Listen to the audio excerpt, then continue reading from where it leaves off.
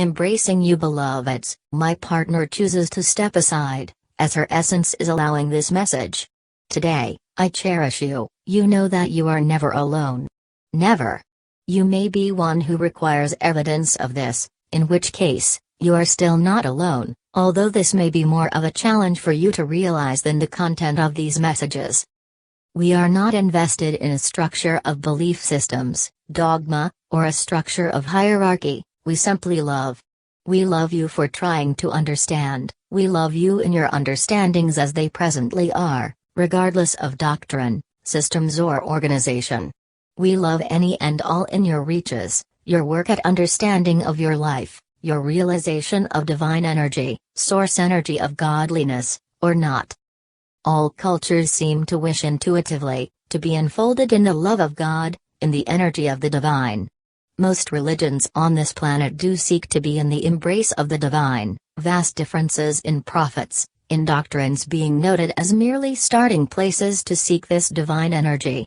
Many cultures have shown ancient practice, guided by ancestral practice, relying on intuitive understandings. Indigenous cultures on Earth, seeking the embrace of divine energies, are as sincere as modern cultural practices. No system of understanding of godly energy prevents the love that is brought to you today, now, in the reading, as you are hearing this message. For you are deeply loved, you are precious, and you are cherished. We wish to speak today on the subject of this love, and the power that each of you carry, in your core, that seeks understanding, acceptance, and the allowing of divine love. Love is the creation energy in this universe. And also I return to the subject of being alone. Humans often think if they are with no other people, that they are alone. Humans think so often and so easily, that if they isolate their corporeal bodies from others, that they are alone. Oh, it may be quieter that way, as individuals can choose that, but alone. No. Not alone. There is energy that comes with each of you, when you are born. You are given names, and typically a name of the family you are born into, a tag for that line. Additional names are placed there for you, perhaps, names on paper and pet names from your parents, siblings perhaps, peers even. Humans carry names, they collect names. Sometimes they even gift themselves with new names, in legal manner, spiritual matters, or even in contractual matters. Yet the energy you carry has its own name. Your name is known in the heavens, and it sounds nothing like any of your earth names, as it is coded in light particles and is a song of light. So today, I wish you to know that your true name is revered. You are loved. Your energy, your essence is that of the divine, and it is to the part of you that knows you are divine, that knows you are in connection with Source, that is to be communicated with. Now, some may be thinking, oh, not me, I'm trying to find what is holy. I'm not there yet. I tell you, you are of divine energy. Or perhaps you may be thinking, sometimes I feel God, but I just cannot maintain this awareness. And I say again, you have God in you. You may have been practicing from the many beliefs that God is only available if you act a certain way, live a certain type of life, be a certain type of person, a good mother, father, daughter, son, friend, neighbor, etc. Again, I tell you of the great love in which you are cherished regardless of these roles throughout the lifespan, these relationship processes on earth. What if I told you that not just God, or however you think of divine energy, not only was with you and in you as you were born, that every one of the people your body shared DNA with, your parents, great-grandparents, all the deceased family, farther back that any can recall, they share a connection of this divine energy with you. All of these connections of family are continuously interested in you, attracted to you, loving on you, are with you, even when you believe you are most alone, isolated, estranged even perhaps from other human beings. What if I told you that even those you could not connect with on a family tree in your knowledge, yet remain connected in the love of the Creator, are with you, now? They are. Even at your most alone, you are within a sea of essence, essence of expressions of parts and fractals of God, of the divine, of Source. Now, you may say, but I do not see this, I'm not sure I feel this. How could I understand what I cannot measure, put a tag on, label completely? And I say to this question, a very human perspective question, oh, the proof you have, is on file, in a manner of speaking. Each of you carries codes.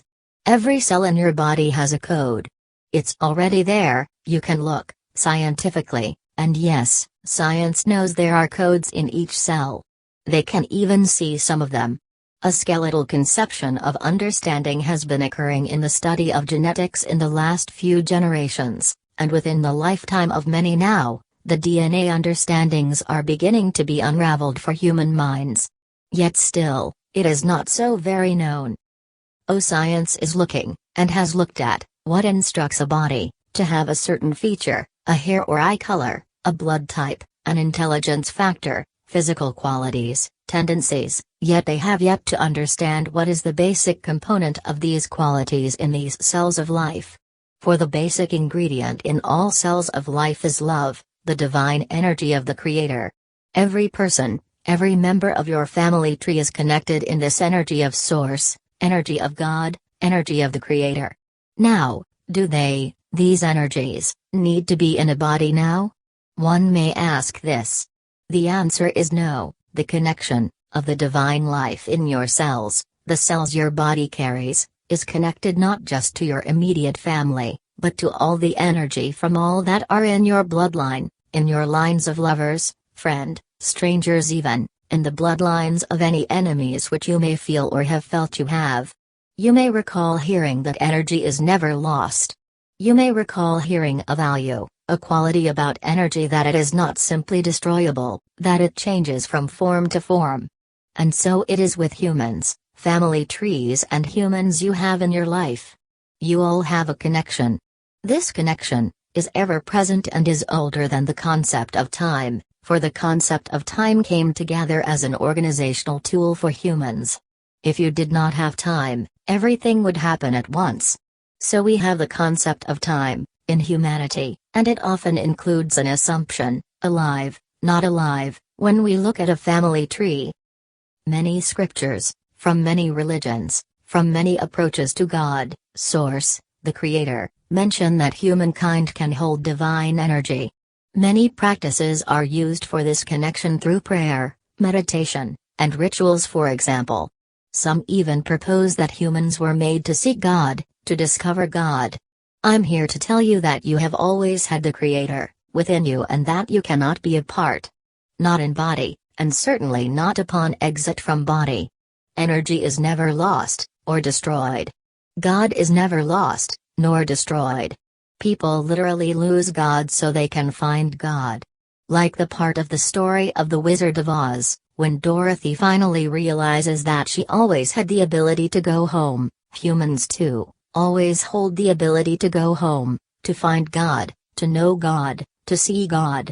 The question here is not how one finds God, for there are as many ways to find God as there are people in the tally of all past, present and future humanity. The question truly is, are you willing to touch, hold the awareness of God? To allow the experience of the love of the Creator to course through your veins, in and out with every breath, within every glance of your sight through your life now, and to where you go upon exit of your body. What if I told you that the energy of God is all the energy in the universe, regardless of form, how it looks or how it is measured? What if I told you that every human, so very loved and infused with the divine energy, is, was and shall be, of the Creator? This would mean that all of your family tree, identified or not, have been, are and shall be of the Creator. Would you now realize your divine heritage, your divine lineage, your divine self? It has been said that the most well-hidden place is in plain sight. You are a part, a spark, and a component of divine energy. Earth is what is called a free will planet. This means you can choose to perceive a separation of self from divine Creator. Yes, you can do this, choose this view. At any time, you can lay down this separation and leave it behind you as well. Free will. Your choice. Any and all personal energy of every person, on your family tree, their divine innate qualities, they are with you, as energy, and that energy is never destroyed. It does change form. People do exit their bodies for a plethora of reasons and purposes. The bodies decompose, obey the laws of what you know as physics. The energy of the soul, who you are, your portion of divine, in your personal bottle of a body, persists. Interestingly, as humans exit their body, they tend to release those things that separate their idea of self, personal essence, as they meld into the energy of the Creator. They do, however, each also leave an imprint, far greater than a decomposing body that has been evacuated. While the imprint may be connected with Earth, their soul part, their essence is not earth-bound. It is free to meld back with divine energy, or, as is the case on perceptual occasion, join part of Creator with part of Creator. Who you are, whom you truly are, is directly from Source, divine energy, God, Allah, however you may term this. This energy fluctuation is not about the terminology. This energy fluctuation is about the naturally created laws of the universe, the divine laws. This can show up in your life, this understanding of your connection to creation, in a multitude of ways. It is called by many names and falls beneath and into many human-created categories. Wherever you approach to divine energy appears as, it is amounts to essentially the same result, with consciousness of the divine, or an alert awareness of Creator, of energy. All humans, past, present and future, are created from the divine energies of the universe. There is energy that permeates in all areas of the perceived physical universe. The energy that is infused in all the unseen, unrevealed parts of the universe as well. The unrevealed ancestors that are easily understood as having lived, that energy is here, with you. You breathe the same air as whom you might call your grandparents 50 times, 200 times, removed, etc. You breathe air, take it into your lungs, it binds with your cells, circulates in your blood, is released as you exhale the same air as both your ancestors and your ancestors yet to be. You are your personal expression of awareness of the Creator. You are a co-creator. All that ever lived or are yet to live are here, being breathed in, circulated and released, from you now. How could you ever possibly be alone? You are breathing. The expression of the divine, via free will, is unique in this area of the universe and is in play. Your expression of the divine is in play. Your sense of all energies is in play now.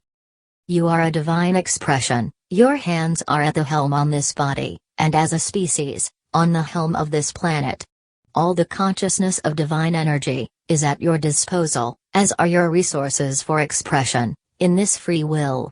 Is it any wonder that the masters in this planet, upon realization of this energy, were often known to sit with this, to ponder this power upon realization? So where can a man, a woman go to sit with this energy? Where can one go to be with this magnificence of creation power, in a human body? How can a human be sweet on their soul? Are you consistently aware, conscious of this connection? Aware of Creator energy in all they may see, hear, feel, and know them? Process all with the concept of compassion. It could be said. Sit, walk, breathe, and sleep compassion. All compassion is a layer on love that holds tender the spirit. The spirit of self, the spirit of family, the spirit of others, the spirit of God. The amazing thing about free will is an exercise of stubborn qualities that can both protect and prevent much. Let any stubborn quality that you may possess be in dedication of the practice of compassion. Through the practice of compassion you will see God, you will feel God, you will know God. Through the practice of compassion you will renew your awareness of the Source, of Creator, of co-creation.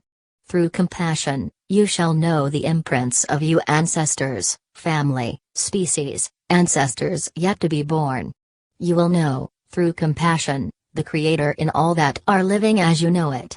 Even what many think of as inanimate objects, rocks for example, are in total connection with the Creator. You are in this connection, always have been, and always shall be. Your awareness of this divine connection is pivotal to your balance in creation. Balance on compassion. Breathe it in, exhale it out. You are wrapped in compassion, wear this as a mantle of divinity. You are of and always have been, always shall be, of the divine essence of creation. You are a co-creator, a segment of source. Your awareness of such is what might be called the hidden link. Hidden in plain sight by simply not seeing, or not, as you wish, my love. You are not loved any less by the choices you have made or are making. You are loved, totally, and so this is.